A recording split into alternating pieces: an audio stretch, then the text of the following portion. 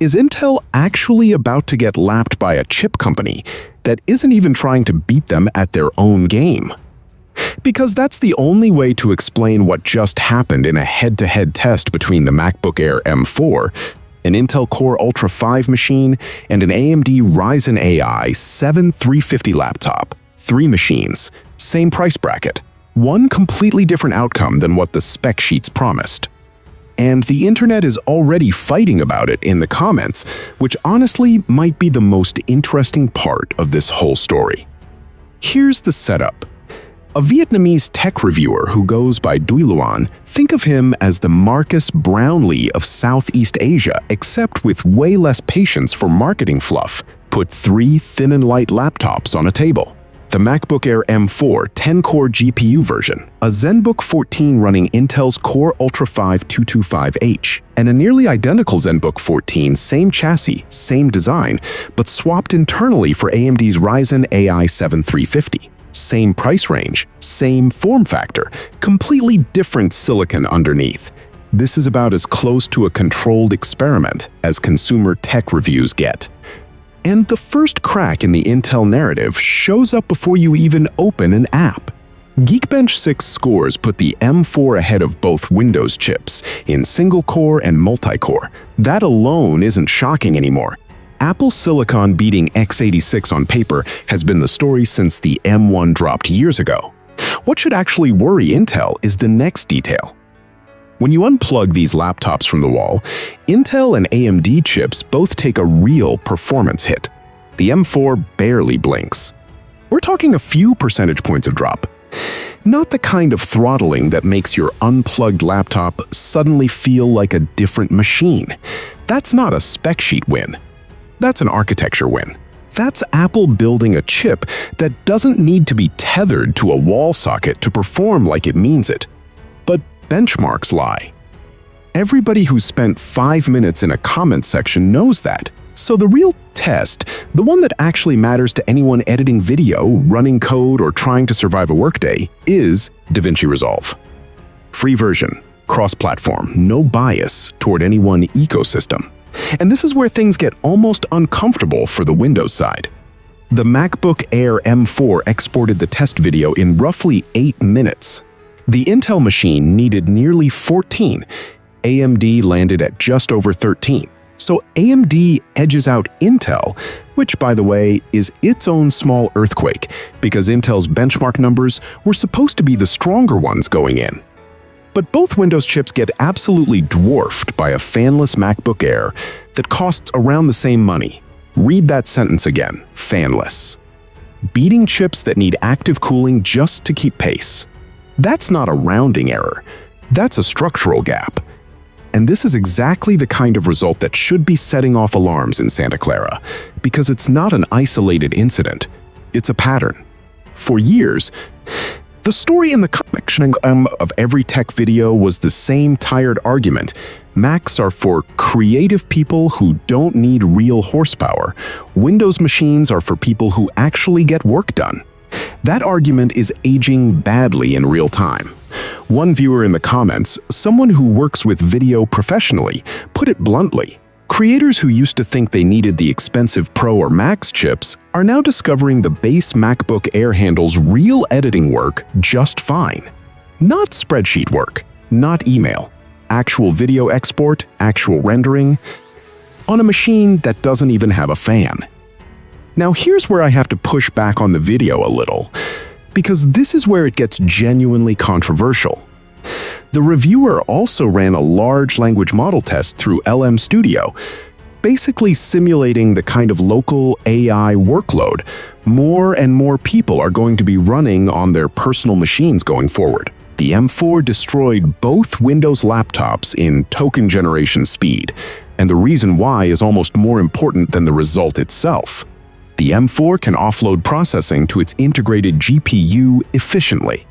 Intel and AMD's chips in this tier don't have discrete graphics, and when you try to push AI workloads onto their integrated graphics instead of the CPU, it doesn't get faster. Sometimes it gets slower. So you're stuck brute-forcing AI tasks through the CPU on the Windows side, while Apple's unified memory architecture just quietly does its job. If AI workloads are genuinely the next decade of computing, and every company from Microsoft to Google is betting billions that they are, this is a five-alarm fire for the entire x86 laptop industry. Intel and AMD aren't just behind on raw performance.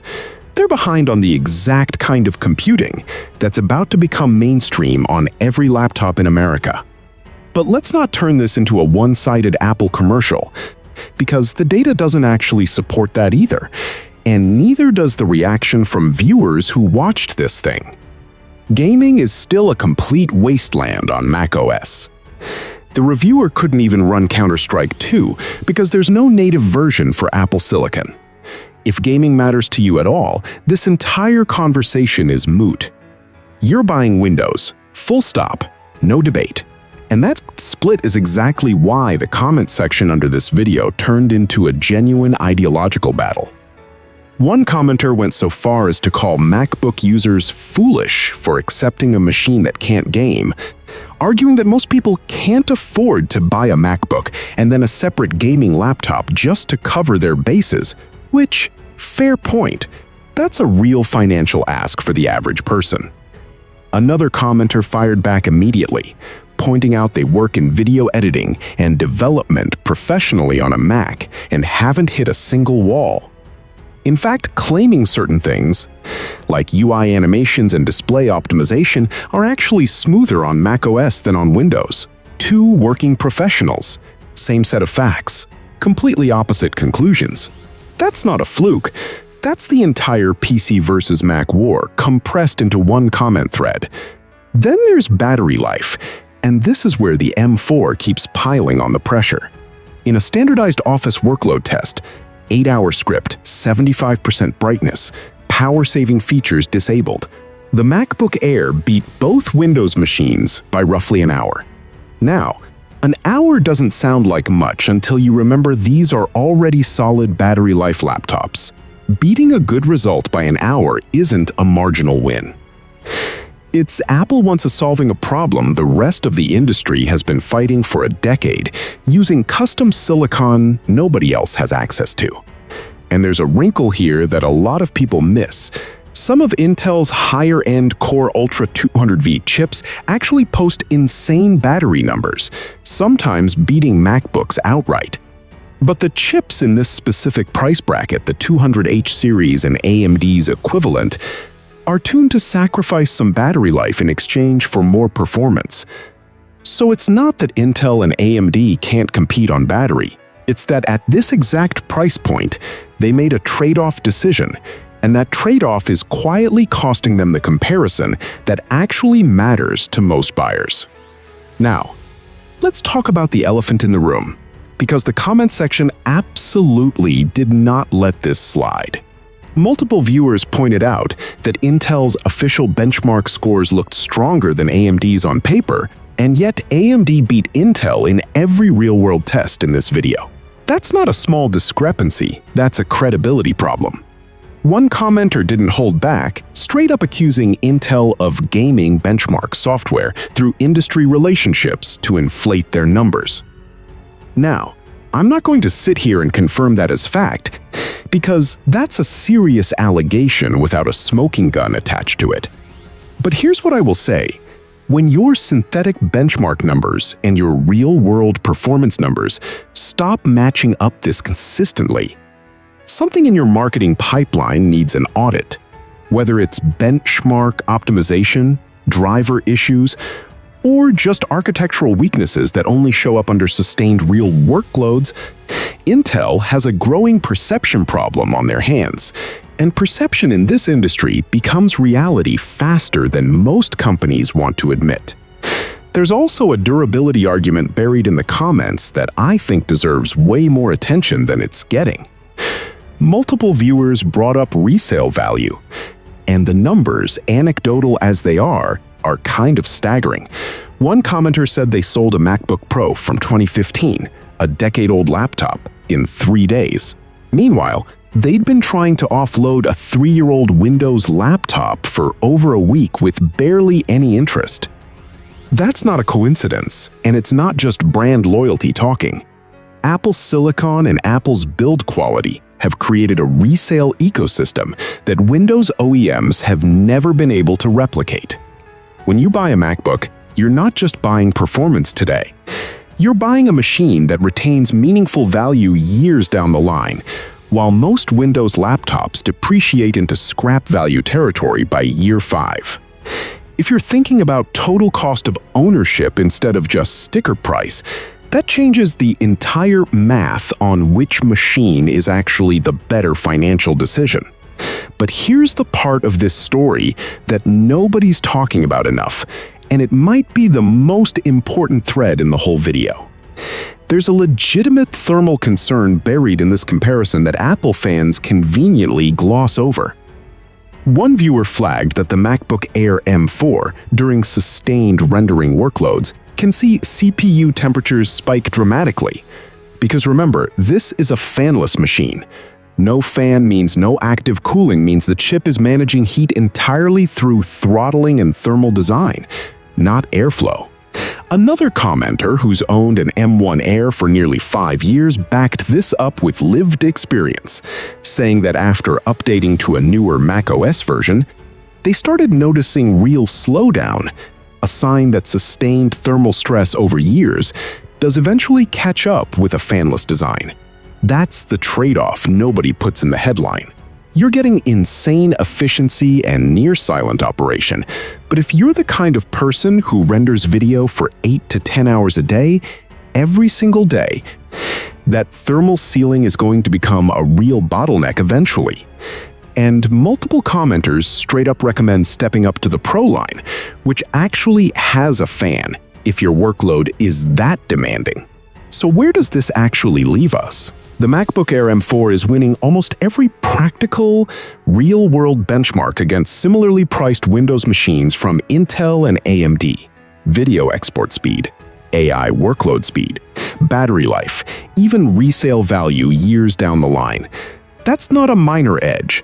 That's a machine outperforming its price class across nearly every category that matters to a normal person doing normal work. But it's not an unconditional win, and pretending otherwise would be dishonest. Gaming is still completely off the table on macOS. Software compatibility is still a deal-breaker for specific professional tools, especially certain advanced Excel features that simply don't exist on Mac. And there's a real, documented thermal ceiling on a fanless design that shows up specifically under sustained heavy workloads over the long term. So if your day is spent on web-based work, writing, media consumption, and light to moderate creative work, the math right now overwhelmingly favors the Air. But if gaming or specific Windows-only software is non-negotiable for your workflow, none of these numbers matter to you at all, and you already know which machine you're buying. Which brings us back to the real question underneath all of this, the one that actually matters more than which chip won which benchmark. Intel spent decades building a moat around the laptop industry. Brand trust, software compatibility, enterprise relationships, the whole ecosystem. AMD has spent years clawing for scraps of that market share through pure price-to-performance aggression. And now a phone company that wasn't even taken seriously in the laptop space a decade ago, just quietly built a chip that's outperforming both of them in a fanless entry-level machine while barely breaking a sweat. So the real question isn't whether the MacBook Air M4 is a good laptop. It clearly is.